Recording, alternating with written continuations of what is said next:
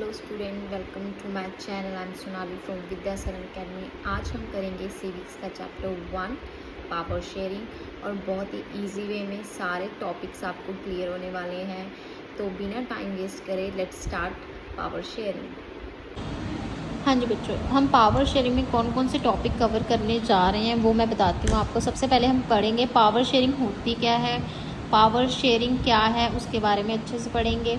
Power sharing in Belgium and Sri Lanka, Belgium की composition, accommodation in Belgium, Sri Lanka की composition, majoritarians in Sri Lanka, और why power sharing is desirable कि क्यों ज़रूरी है, फॉर्म्स ऑफ पावर शेयरिंग। ये सारे टॉपिक्स आपके एनसीईआरटी के हैं और ये सारे टॉपिक्स हम इस वन शॉट वीडियो में सारे कवर करेंगे।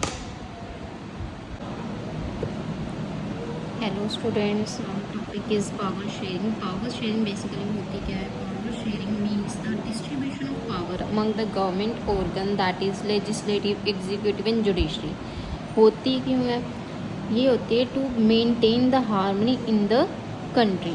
अब लेजिस्लेटिव क्या है? लेजिस्लेटिव होती है वो गवर्नमेंट की संस्था जो क्या करती है, लॉज को बनाती है तो उसको लागू करती है।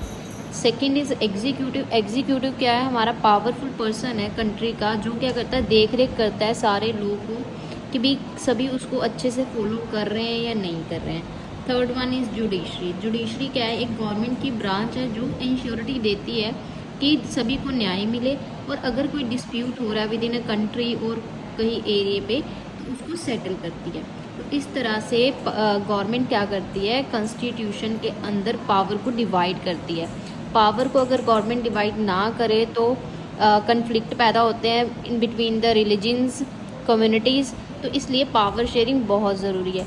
अब इस चैप्टर में हम रीड करेंगे power sharing in Belgium and power sharing इन श्रीलंका।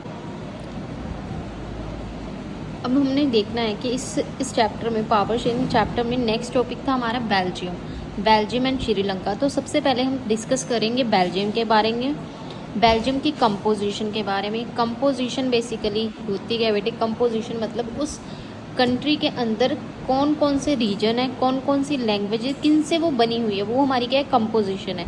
तो बेल्जियम क्या है, बेल्जियम के रीजन कौन कौन से एरियाज़ हैं? बेसिकली फ्लेमिश रीजन है, वेलोनिया और जर्मन। जर्मन बहुत छोटा सा रीजन है जहाँ पे लोग जर्मन बोलते हैं। अब लैंग्वेजेस, जो फ्लेमिश रीजन है वहाँ पे बोलते हैं डच स्पीकर्स ज़्यादा हैं, और वेलोनिया में क्या है, फ्रेंच स्पीकर्स। और डच स्पीकर क्या है, ज़्यादा है, जैसे 59% है, और फ्रेंच कितने हैं, 40% है। ऐसे ही बेल्जियम की कैपिटल क्या है, ब्रुसेल है।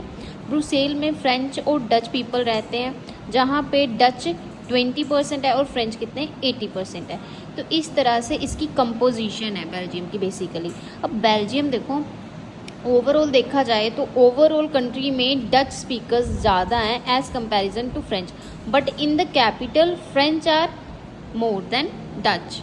तो इस तरह से बेल्जियम की कंपोजिशन के बारे में बताएं। अब देखो बेल्जियम है कैसा। बेल्जियम एक यूरोपियन कंट्री है जो कि बहुत छोटी सी है, जो अपने इंडिया के हरियाणा से भी छोटी है। इसके बॉर्डर में क्या क्या आता है? इसके बॉर्डर में फ्रांस लगता है, नीदरलैंड लगता है, जर्मनी लगता है। Its population just over 1 crore. और लैंग्वेजेस तो हमने देख ही लिए हैं कि इस बेल्जियम कंट्री में लैंग्वेजेस कौन कौन सी बोली जाती है और ब्रुसेल में कौन सी लैंग्वेजेस बोली जाती है। ठीक है, तो हमने देखा भी कंपोजिशन। अब नेक्स्ट टॉपिक क्या है हमारा? Next topic is accommodation. जब गवर्नमेंट ने देखा कि कल्चरल डाइवर्सिटी और रीजनल डिफरेंसेस है, तो गवर्नमेंट ने कुछ लॉज बनाए बेल्जियम को सही तरह से चलाने के लिए। तो उसमें क्या था, उन्होंने क्या क्या अपने कॉन्स्टिट्यूशन में चेंजेस करे। उन्होंने 4 बार कॉन्स्टिट्यूशन चेंज करा। तो उसके बाद फाइनल जो कॉन्स्टिट्यूशन के लॉज आगे आए थे वो क्या थे बेल्जियम में?